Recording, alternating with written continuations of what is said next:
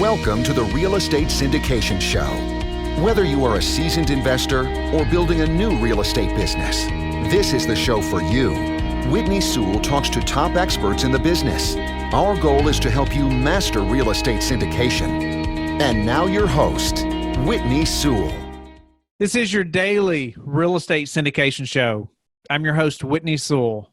Today our guest is Kevin Heras. Thanks for being on the show, Kevin. Thanks for having me on, Whitney. Yeah, honored to have you on, Kevin. And I know that the listeners, many of them who are operators and passive investors as well, are wondering about all these platforms that are coming out right now. And if they're a passive investor, they're wondering, what their operators that they're working with are going to choose and why. And then if they're an operator, if they haven't figured it out, they're trying to figure it out because it's a big question right now. Who do I go with? Who do I use and why? And they don't even know where to start because if you're not like me, if you don't know anything about software and then you have to go try to evaluate something like this, it's a little bit overwhelming. So I'm looking forward to this conversation and hopefully we can help the listeners or you can and better understand what we need to be thinking about here. But a little about Kevin. He's a co-founder at InvestNext, a software that modernizes the way real estate syndicators raise and manage capital. Prior to founding InvestNext, he was employee number 2 at the college career network startup Handshake, where he contributed to initial product development efforts. It's now valued at over $400 million and is a leading college to career recruiting platform in the nation. So I assume there's more than 2 employees then. Over 200 right now.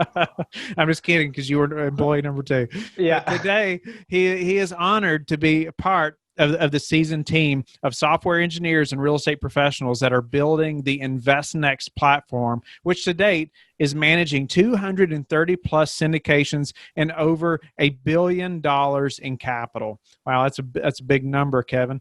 That's a lot to have in the system. But tell them before we get into the system and what we need to know about these different platforms and portals and what all that is. Tell them a little about yourself and let's dive in. Sure thing, Whitney. So Michigan Tech grad. If you know anything about Michigan Tech, it is as far north as you can go in the state of Michigan. Small little engineering school, but pretty powerful school out there. Ahead of InvestNext, I worked at a software consulting firm, and we did a lot of enterprise software consulting, accounting system implementations, ERPs. So I had a lot of exposure to a broad stance of different softwares out in the space. But as you kind of touched on, Handshake, which was actually something I was involved at when I was at Michigan Tech, was pretty instrumental in kind of forming really my ultimate passion around what I do today, which is product development. So being part of that team, growing as part of that initial product team, I carried a lot of that expertise back into InvestNext, and today that's really forming a lot of what I do in my day-to-day. Nice. So, you played it seems like a really large role during the Handshake development, that software. But, tell me how that leads into, designing something like a portal that's going to help operators, syndicators, something like, like InvestNext, like you all begun. Yeah. So a lot of it, it's really focused primarily foremost, it's user experience, right? So when you create an intuitive software that people can use, not only from an administrative standpoint, so not only from a syndicator standpoint, but also something that you can present to your investors, really a kind of a storefront of your group. A lot of thought goes into the design of that. And so I really drew from a lot of my experience in the background of building those systems at Handshake over into what ended up being what InvestNext is.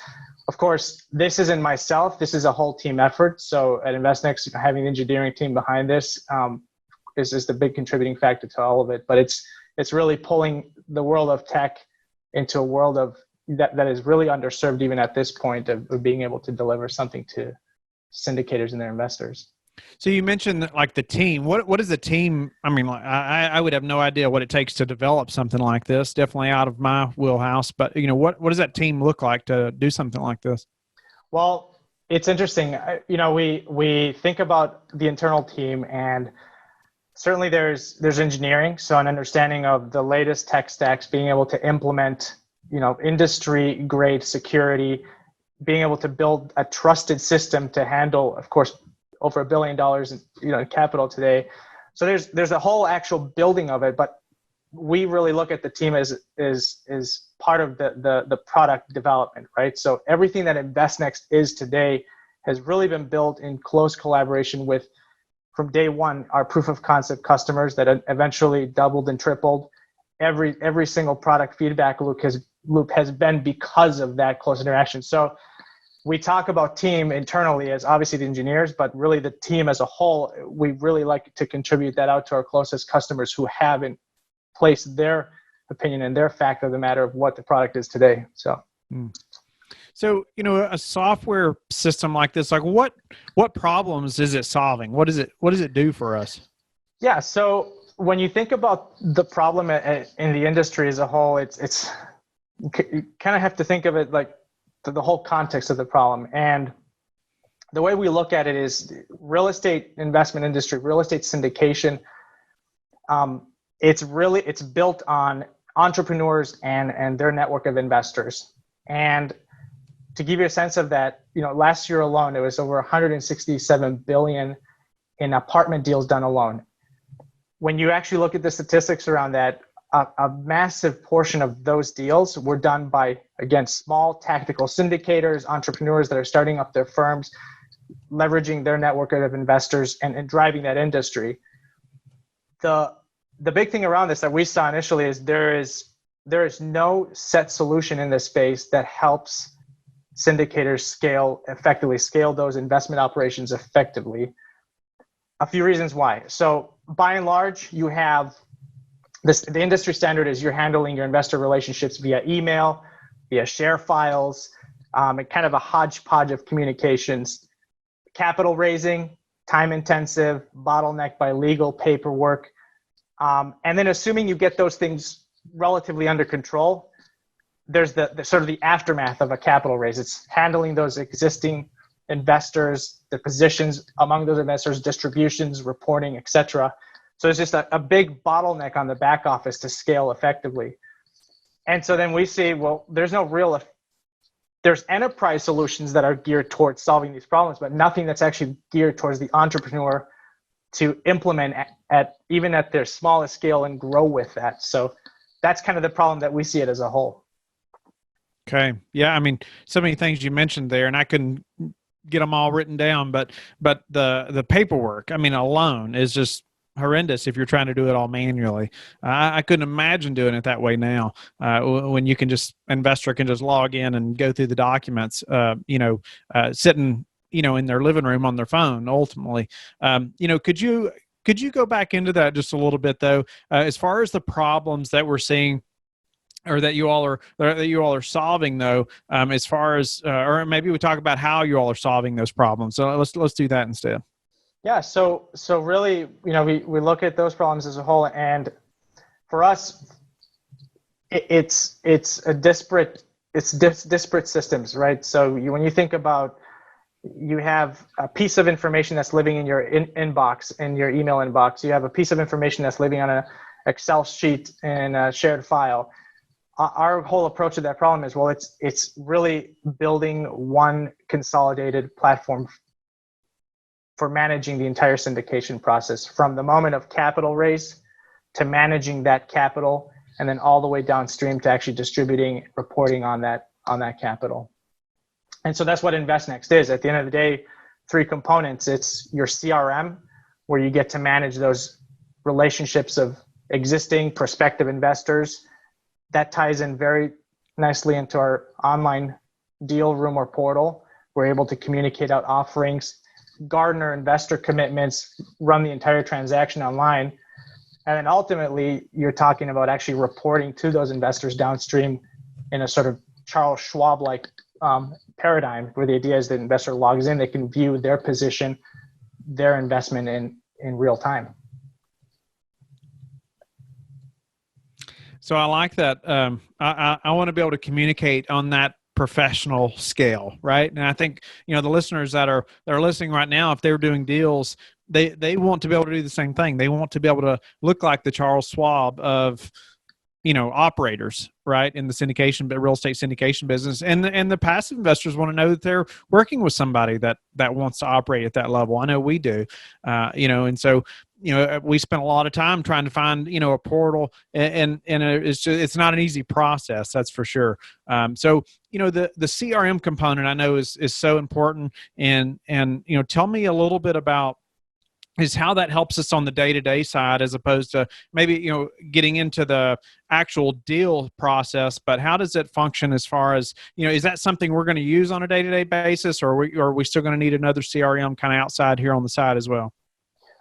So the whole concept around this is, we often talk about the system as managing your investors, and that's of course what its purpose built for, right? Managing those existing capital partners and investors.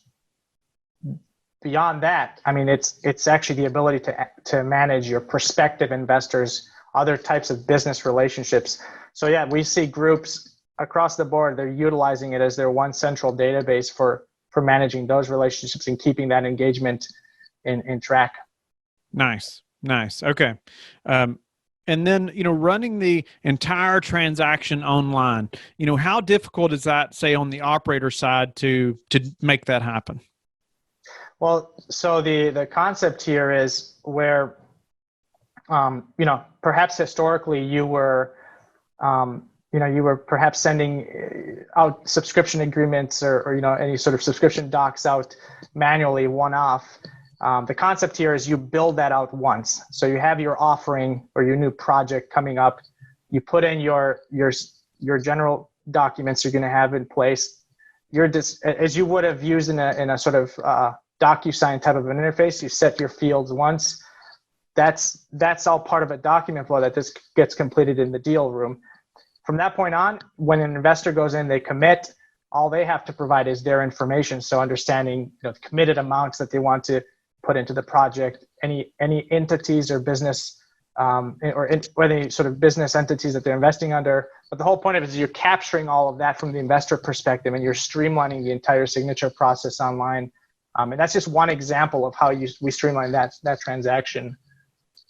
So what about on the investor side, the ease of use for the investor? I know, like myself, like I'm ultimately, I mean, I'm concerned about a lot of things when buying a portal, but ultimately I want it to be easy for our investors to use too, because if they get frustrated at it, a lot of time, I mean, there are investors that will just say, forget it, and just end up not investing, and that defeats the whole purpose. Mm-hmm. Right? I'll do it manually if I have to, but that's what we're trying to get away from. So talk a little bit about just the investor side or their interface. Yeah, so the investor, at the end of the day, they're presented with multiple ways. So if I'm an existing investor, I can always log into the portal. I can view any active offerings that are shared with me. But beyond that, external people that haven't perhaps logged in, they can gain limited access to a deal room. They can still view all of the key information on the investment. And at that point, they could certainly register, walk through that entire process on their side to actually run through the whole commitment. That's a whole user experience focus on our side, right? So having that locked down and enabling investors to self-enable, self-service their entire commitment process online is key to that experience. So what about, does it just kind of walk them through the process as far as the documents and signing? I mean, I know it does. I mean, we use you all, but maybe you can elaborate a little bit. I mean, because once I set it up, I mean, an investor can just go right from one box to the other, reading and signing, and makes it really easy, right? Correct. So the idea is, when you're presented within the deal room and the prospectus and all of the information, there's a very clear call to action at that point. And at that point, you're saying, as an investor, I'm interested in committing, so I'm going to make my reservation. And again, you're being walked through the entire process in a very clear process flow, saying, okay, first I'm going to commit my capital, then I'm going to decide what my entity I'm investing under. Then it's pulling up all the relevant subscription docs that they need to sign all the way through funding instructions. So what about that signature though? Is that, since they're signing electronically, is that still, as good as say a ink signature? Yeah. So we actually partner with HelloSign. They're the leading, DocuSign used to be the leading e-signature platform on the market. But HelloSign, we did actually, it was like an 8-month evaluation of both DocuSign, HelloSign. There was Adobe. They came out on top by all means from an integration standpoint to our platform. But yeah, I mean, they presented the most streamlined approach to actually running an e-signature online, digitally verified and watermarked. And so then again, that in itself it becomes a standard across the board for us. Nice. And I know one thing that I really like personally about InvestNext, something you all had integrated, is the distribution process. Would you like to elaborate on that? Yeah, sure thing. So, I mentioned earlier, so we're talking even about the context of raising capital. And so there are a lot of sort of stage gates to getting that through and obviously getting that commitment in place and raising the capital. The next life cycle of a project or an investment ultimately is structuring your waterfall, structuring your distributions within InvestNext. So we do all of that. So the point here is, you have your subscription agreement in place. You at some point you had a layout of what that waterfall structure is going to be with your investors. You're able to build that on any given basis. You build that once, and then moving forward, you're just running your distributions on your cadence, however you or whichever cadence you're doing, whether that's monthly, quarterly. No need to import any Excel templates or where that's calculated externally. The whole point of it is day one, InvestNext becomes your system of record for handling the waterfall and calculations. And then added to that is all of reporting. So since all of that financial data exists in InvestNext, and now you can start to report on metrics such as IRR, equity multiple, and so on and so forth. And then when it's time for distributions, we can do it directly through the portal ourselves. Exactly, yeah. So the next logistical step around this is payments. So the idea being, not only do you have the calculation in place for what these allocations are for each one of the investors, the whole point of it is you can pay your investors for any of them that opt to receive ACH or automatic check. Yeah, I just personally love being able to have a handle on that. I'm still learning it all myself, but I just mean, as opposed to relying on, say, the property management company to do distributions like we've done for so long. It's great that they would handle that, but I love being able to have my hand on that. When it means, it's like one of the most pieces of communication with investors, is their payment, right? And so I like being able to handle that. Yeah, we see a lot of great adoption on that. And again, for us, at the outset, it was really obvious that this was a major bottleneck in the back office. So again, when we go and deploy with groups, historically, they've either stuffed envelopes themselves or they're relying on a third party, which becomes a bit of a black box.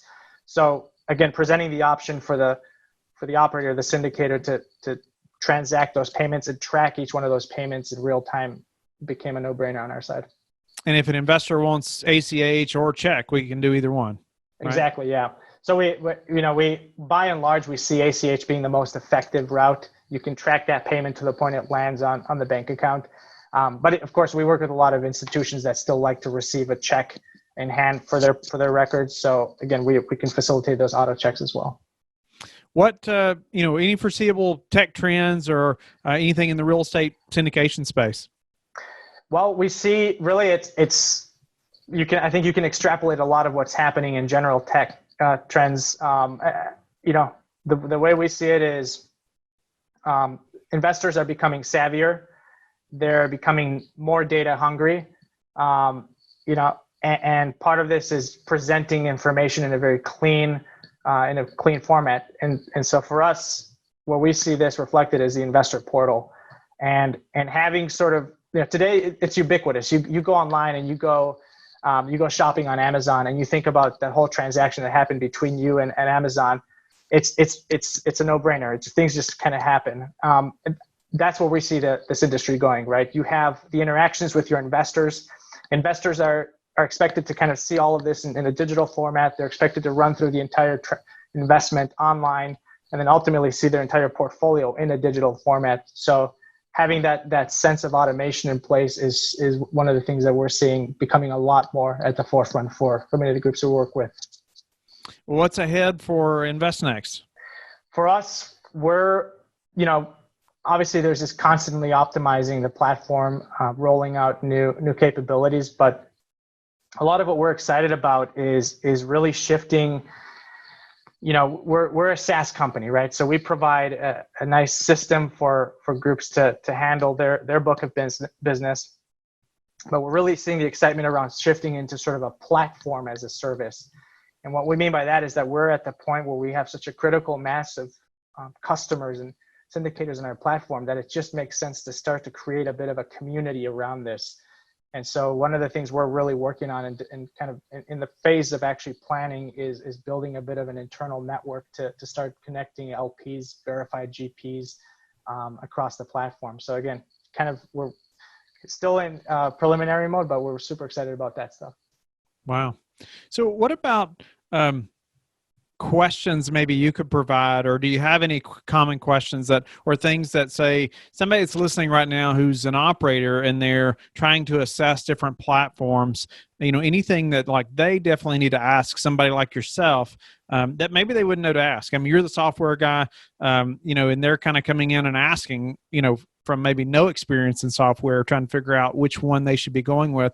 What are some things we should know, whether it's security or whether it's just ease of use, maybe some questions they should know to ask? Well, we definitely, in this industry right now is, it's a space where it's really tough, like you said, to know what's out there, what's the best solution, because the sense of it is that when you look at a given portal solution or a given tech solution, it almost has this feel like, well, once I jump into it, I'm kind of stuck with it.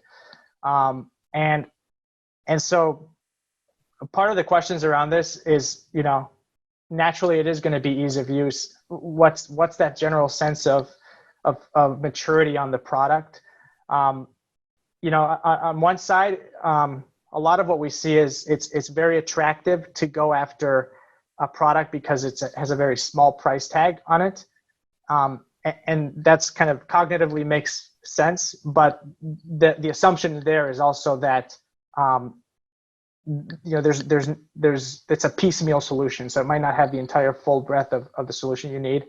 But then on the other side of it, you look at products that are aimed at institutions, pretty high cost, pretty high barrier to entry, and so the thing to keep in mind there is, the investment dollars today, is it going to be worth, what's the return on that over time? Do I have enough staff in place, enough logistical support to actually deploy this in full and actually manage it myself, and given my current scale? What we say, and again, it's kind of a shameless plug on our end, but the way we really think about it is software. The paradigm today of how people shop for software is really, you should be able to try it out. You should be able to experience it. And really the product is going to speak for itself. And so, one of the things we're always encouraging our customers to do is literally try our platform out. It's going to speak for itself at the end of the day. If you don't like it, there's no commitment to it. I think that's how people and a lot of, newer generations are used to experiencing and buying software. Awesome. Well, just if anything else about InvestNext that we should know, Kevin, before we move to just a few final questions? We're about us, we're just, the thing I'll emphasize is internally we have kind of a motto of democratizing, real estate investment, and real estate syndication. And from us, bread and butter customers have been everything from small little syndication shops handling their handful of capital partners and investors, very small scale. We've seen those groups on our platform grow, in no exaggeration, to multiple thousands of investors being handled under their book of business. We're just, that part of that is just excited about growing that sense of democratization in this space. So what's a way you all have, or you have improved your all's business recently that we could apply to ours? I would say really investing in it seems kind of a catch-all term, but investing in technology has been one of our biggest return on investments. And at the outset of any startup, and I can kind of take this back to my initial days even at Handshake, I was part of a team that was ragtag college students. And we did things that couldn't scale at the time, but we could do them because we were a small startup and we could just handle it. And InvestNext has been in that position where we went to market. We did the things that couldn't scale at the time because it was all hands on deck and we could handle all this stuff. Eventually you do reach a critical point of your growth where you're saying, okay, we really need to take a pause here, assess our actual technological stack, because we understand that if we invest today in that technology, that's going to pay dividends down the line when we actually hire more headcount to manage that growth and that added customer base. So I think it's very applicable for groups that are also scaling their real estate business to actually think about their systems that they have in place and just kind of putting that investment today to kind of think ahead of how they're going to scale in the future.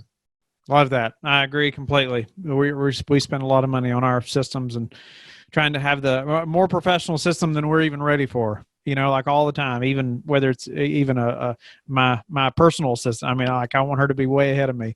But tell me the number one thing that's contributed to your success. I would say,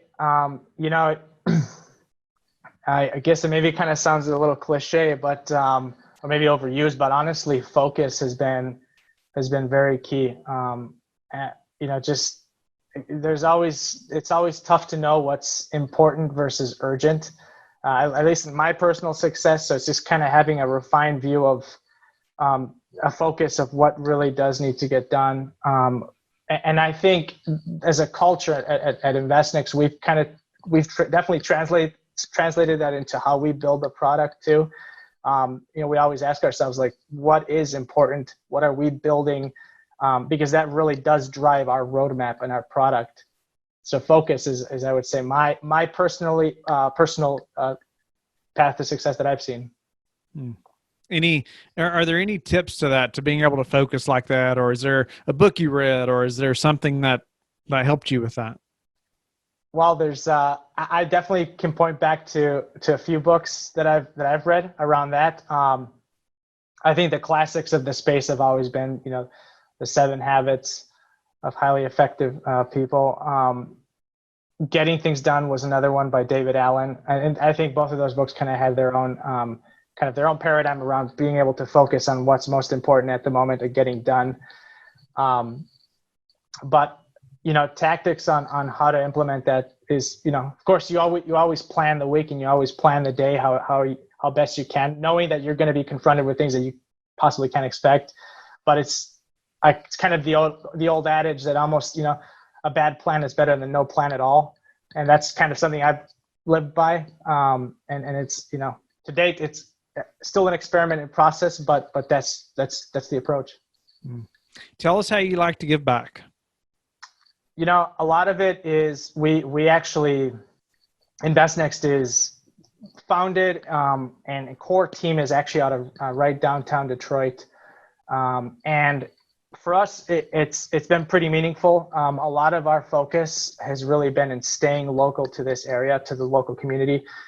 Detroit, when we talk about it, tends to have a mixed reaction. People think, well, yeah, kind of a grungy city, it's had hard times. And we're proud of it. We are in a city like Detroit. The fact that it's a comeback city. There's a lot of people coming back into this area. For us, it's been an investment in talent in the local community. So it's just for us getting involved in actually looking at the local community as a talent source has been first and foremost from our perspective. Nice. Well, appreciate you sharing your time today, Kevin. And I hope the listeners are more prepared now to really, find the best platform for them, or maybe they understand a little more things about what's possible, and just the presence that they have for their investors, and maybe another way they could step their game up and have a more professional presence in this industry. So, but tell them how they can get in touch with you and learn more about InvestNext. Yeah, they can reach me directly at kevin@investnext.com. I'm always happy to chat directly. I do that on a day-to-day basis with all of our customers. That's my email. And of course, certainly I can provide that even within follow-up here. But always happy to have conversations and jump on a call with customers and customers not alike. So it's always open to build those relationships. Thank you for listening to the Real Estate Syndication Show, brought to you by LifeBridge Capital. LifeBridge Capital works with investors nationwide to invest in real estate, while also donating 50% of its profits to assist parents who are committing to adoption. LifeBridge Capital, making a difference, one investor and one child at a time. Connect online at www.lifebridgecapital.com for free material and videos to further your success.